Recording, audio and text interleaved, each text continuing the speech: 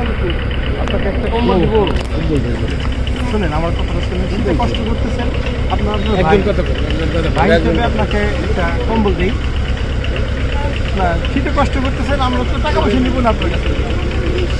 কম্বল একটা দাও তো, বের করো। ইয়ে কই নিবেন না? সোহেল, দেন একটা কম্বল দেন। 2 টাকায় দিয়ে ঘুমাবেন, হ্যাঁ? সোহেল, সোহেল সরি ইয়ে হ্যাঁ। আপনার এই টাকায় দিয়ে ঘুমাবেন, নিজের জন্য সবাই আপনাকে দোয়া করবেন, হ্যাঁ? দেখি একটু পরের দিনে ভাবতে পারবেন, পরের দিন টাকা দেবেন, পরের দিন টাকা দিয়ে গেলেন। আপনি যাই দিয়ে টাকাই দিয়ে আমরা তো আপনার কাছ থেকে টাকা পয়সা নিচ্ছি না, হ্যাঁ?